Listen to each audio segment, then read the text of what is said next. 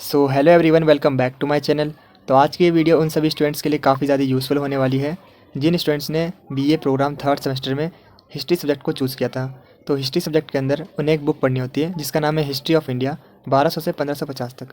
तो आज की इस वीडियो में हम यूनिट 4 के मोस्ट इंपॉर्टेंट क्वेश्चंस के बारे में डिस्कस करने वाले हैं एंड इसके अलावा हम जानेंगे हमें अपने आंसर्स को एग्जाम में किस तरह से प्रेजेंट करना चाहिए सो दैट हम अच्छा स्कोर कर सकें अपने एग्जाम में। एंड एज यू नो, हम अपनी वीडियो में आपको सिर्फ और सिर्फ इंपॉर्टेंट कंटेंट ही पढ़ाते हैं जो कि आपके एग्जाम के पॉइंट ऑफ व्यू से काफ़ी ज़्यादा इंपॉर्टेंट होते हैं, बेसिकली जिन टॉपिक से आपके एग्जाम में क्वेश्चन पूछे जाते हैं। तो आज की इस वीडियो में हम उन्हीं इंपॉर्टेंट क्वेश्चंस को डिस्कस करने वाले हैं यूनिट 4 के। तो देखिए, जैसे कि आपको इसमें दिख रहा होगा, यूनिट 4 का नाम है द्वितीय अफगान साम्राज्य शेरशाह। तो इसमें बेसिकली हमें शेरशाह सूरी के बारे में ही पढ़ना है कि उनका जो साम्राज्य है, उन्होंने अपना साम्राज्य किस तरीके से स्थापित किया था और किस तरीके से अपने साम्राज्य का विस्तार किया था, एक्सपेंशन किया था, और उनकी जो साम्राज्य व्यवस्था थी वो कैसी थी, उसमें उन्होंने क्या क्या चेंजेस किए थे, उनके बारे में बताइए। तो बेसिकली हमें इन्हीं के बारे में टॉपिक्स पे पढ़ना है। तो इस यूनिट से बेसिकली शेरशाह सूरी से आपका क्वेश्चन बनना पक्का रहता है। तो वीडियो में आगे बढ़ने से पहले सबसे पहले इसके सिलेबस को समझ लेते हैं। सिलेबस के अंदर टोटल आपको 7 यूनिट्स पढ़नी है, जिसमें से आज हम यूनिट 4 के बारे में डिस्कस करने वाले हैं।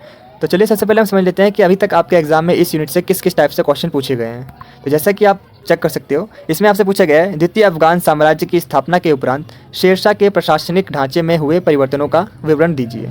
या फिर आपसे एग्जाम में पूछा जा सकता है शेरशाह द्वारा द्वितीय अफगान साम्राज्य की स्थापना और विस्तार का विवेचन कीजिए। या फिर आपसे पूछा जा सकता है शेरशाह की शासन व्यवस्था का विवेचन कीजिए और उसे अकबर महान का पूर्ववर्ती क्यों कहा जाता है, इसके बारे में बताइए। तो देखिए, मैं आपको बताना चाहता हूँ, अगर आप इन सभी क्वेश्चन को पढ़ते हो तो आप एक कंक्लूजन पे पहुंचोगे। इन सभी क्वेश्चन में बेसिकली आपसे शेरशाह के साम्राज्य की स्थापना किस तरीके से हुई थी इसके बारे में पूछा जा रहा है, और उसने जो शेरशाह सूरी है उसने अपने साम्राज्य का विस्तार किस तरीके से किया था और उन्होंने अपने प्रशासनिक ढांचे में क्या क्या परिवर्तन किए थे उसके बारे में बताइए। और इसके अलावा उसे अकबर का महान पूर्ववर्ती क्यों माना जाता है। इसका रीज़न ये है क्योंकि जो शेरशाह सूरी थे उन्होंने अपनी शासन व्यवस्था को काफ़ी अच्छे ढंग से बनाया गया था और उन्होंने काफ़ी उसमें प्रशासनिक ढांचे में काफ़ी अच्छे से सुधार किए थे, जिसकी वजह से अकबर ने इनके जो शासन व्यवस्था है उसको अपनाया था। तो इसलिए इसे अकबर महान का पूर्ववर्ती भी कहा जाता है। तो चलिए अब हम बात करते हैं कि हमें अपने आंसर्स को एग्जाम में किस तरह से प्रेजेंट करना है सो दैट हम अच्छा स्कोर कर सकें अपने एग्जाम में। तो अगर आपको ये वीडियो यूजफुल लगे तो इसे ज़्यादा से ज़्यादा लाइक, शेयर एंड कमेंट कीजिएगा। तो हम अपने आंसर की शुरुआत कुछ इस तरीके से करेंगे। देखिए, 1540 में शेरशाह सूरी ने हुमायूं को हराया और द्वितीय अफगान साम्राज्य की स्थापना की। और शेरशाह सूरी ने अपने शासन को मजबूत और व्यवस्थित करने के लिए काफ़ी सारे जो प्रशासनिक ढांचे हैं उसमें काफ़ी सारे सुधार किए। तो चलिए स्टार्टिंग से बात करते हैं कि किस तरीके से शेरशाह सूरी ने अपने साम्राज्य की स्थापना और उसके बाद विस्तार किया। तो सबसे पहले शेरशाह सूरी ने बिहार और बंगाल पर अपना अधिकार जमाया। उसके बाद उन्होंने हुमायूं को हराया, और जब उन्होंने हुमायूं को हराया तो उसके बाद शेरशाह सूरी ने दिल्ली और आगरा तक कब्जा कर लिया। तो उनका जो साम्राज्य है वो काफ़ी ज़्यादा उनका विस्तार हो गया। इसके बाद साम्राज्य का विस्तार काफ़ी तेज़ी से होता चला गया। शेरशाह सूरी ने लगातार राजस्थान, मालवा, पंजाब को जीतकर अपने साम्राज्य का तेज़ी से विस्तार करने लगे। तो चलिए अब हम बात कर लेते हैं शेरशाह सूरी के प्रशासनिक व्यवस्था के बारे में कि आखिर उन्होंने प्रशासनिक व्यवस्था में क्या क्या सुधार किया, उनकी प्रशासनिक व्यवस्था बेसिकली कैसी थी। तो देखिए, उन्होंने सबसे पहले क्या किया, साम्राज्य का विभाजन कर दिया। साम्राज्य को बेहतर ढंग से चलाने के लिए उन्होंने इसे 3 टाइप्स में डिवाइड कर दिया, जिसमें सबसे ऊपर सूबे होते थे, उसके बाद परगनों, उसके बाद गाँव होते थे। तो इस तरीके से उन्होंने क्या किया, इसके बाद जो परगनों हैं उसमें अधिकारियों को नियुक्त कर दिया, सुरक्षा अधिकारी को, जिनका काम क्या होता था, एरिया में सुरक्षा प्रोवाइड करना, सेफ्टी की पर्पज़ को ध्यान रखना और इसके अलावा टैक्स को वसूल करना। एंड सबसे लास्ट में जो गाँव है उसमें उन्होंने क्या किया, पंचायत का निर्माण करा दिया। तो इस तरीके से उन्होंने साम्राज्य का विभाजन कर दिया जिससे कि साम्राज्य को बेहतर तरीके से चलाया जा सके।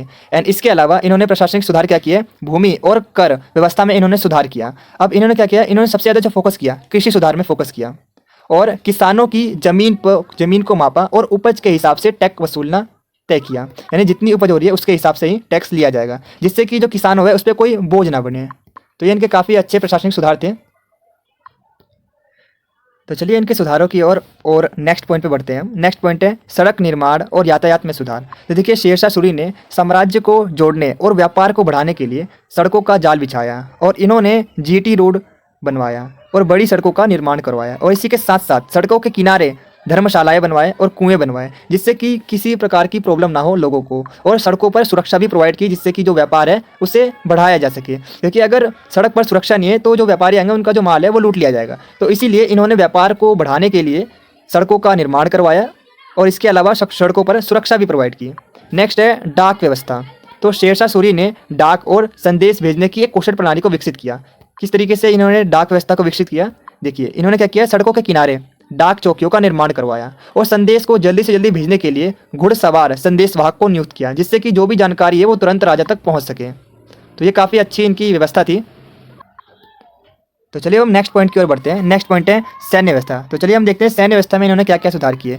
तो शेरशाह सूरी ने मजबूत और स्थायी सेना को बनवाया और सभी सेना को नियमित वेतन प्रोवाइड किया, जिससे कि जो सैनिक हैं वो राजा के प्रति वफादार रहें। और शेरशाह सूरी ने घोड़ों और सैनिकों की पहचान के लिए पशुओं पर चिन्ह लगवाए और सैनिकों की पहचान के लिए हुलिया और प्रणाली को शुरू किया, जिससे कि पहचान हो सके कि वो उनके सैनिक हैं। नेक्स्ट है न्याय व्यवस्था। तो देखिए जो शेरशाह सूरी थे उन्होंने न्याय को प्राथमिकता दिया, और क्योंकि जो राजा होता है उससे न्याय का संरक्षक माना जाता है, तो उन्होंने न्याय पे काफ़ी ज़्यादा फोकस किया और सबको समान न्याय मिले इसकी व्यवस्था की, किसी के साथ भेदभाव ना हो। और भ्रष्टाचार करने वालों के खिलाफ उन्होंने सख्त से सख्त नियम बनाए।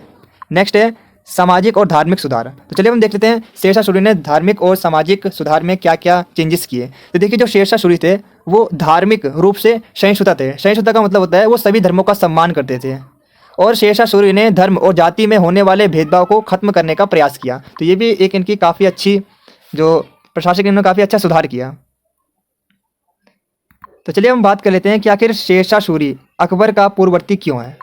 तो देखिए शेरशाह सूरी को अकबर का पूर्ववर्ती इसलिए कहा जाता है क्योंकि अकबर ने अपने शासन में शेरशाह के कई प्रशासनिक और आर्थिक सुधारों को अपनाया था। जैसे कि मैंने आपको बताया शेरशाह सूरी ने जो अपने प्रशासनिक सुधार काफ़ी बेटर अपने साम्राज्य को विस्तार करने के लिए काफ़ी अच्छे अच्छे नियमों को बनाया था, तो इन्हीं नियमों को अकबर ने अपनाया था, इसीलिए अकबर का पूर्ववर्ती कहा जाता है। नेक्स्ट है राजस्व प्रणाली के बारे में बात कर लेते हैं। तो देखिए अकबर ने शेरशाह सूरी की जमीन मापने और कर वसूलने की प्रणाली को अपनाया था। तो यहाँ पर हम बताने वाले हैं कि किन किन नियमों को अकबर ने शेरशाह सूरी से अपनाया था। उन्हें इनके जो नियम है काफ़ी पसंद आए थे। नेक्स्ट है सड़क और डाक प्रणाली। तो अकबर ने क्या किया, शेरशाह सूरी के द्वारा बनाई जो सड़कें हैं और डाक व्यवस्था है उसको और बेहतर किया। नेक्स्ट है धार्मिक सहिष्णुता। तो जिस तरीके से जो शेरशाह सूरी थे वो सभी धर्मों का सम्मान करते थे, इसी तरीके से इनकी ये जो विचार थे अकबर ने अपनाया और अकबर ने भी धार्मिक सहिष्णुता को अपनाया और उन्होंने भी सभी धर्मों का सम्मान किया। नेक्स्ट है प्रशासनिक ढांचे के बारे में अगर हम बात करें तो अकबर ने भी शेरशाह की तरह साम्राज्य को सूबों परगानों में विभाजित कर दिया था, जिससे कि जो साम्राज्य है उसे बेहतर तरीके से चलाया जा सके। तो आज की वीडियो में बस इतना ही। अगर आपको ये वीडियो यूजफुल लगे तो प्लीज़ इस वीडियो को ज़्यादा से ज़्यादा लाइक कीजिए, शेयर कीजिए, कमेंट कीजिए। Thanks for watching this video.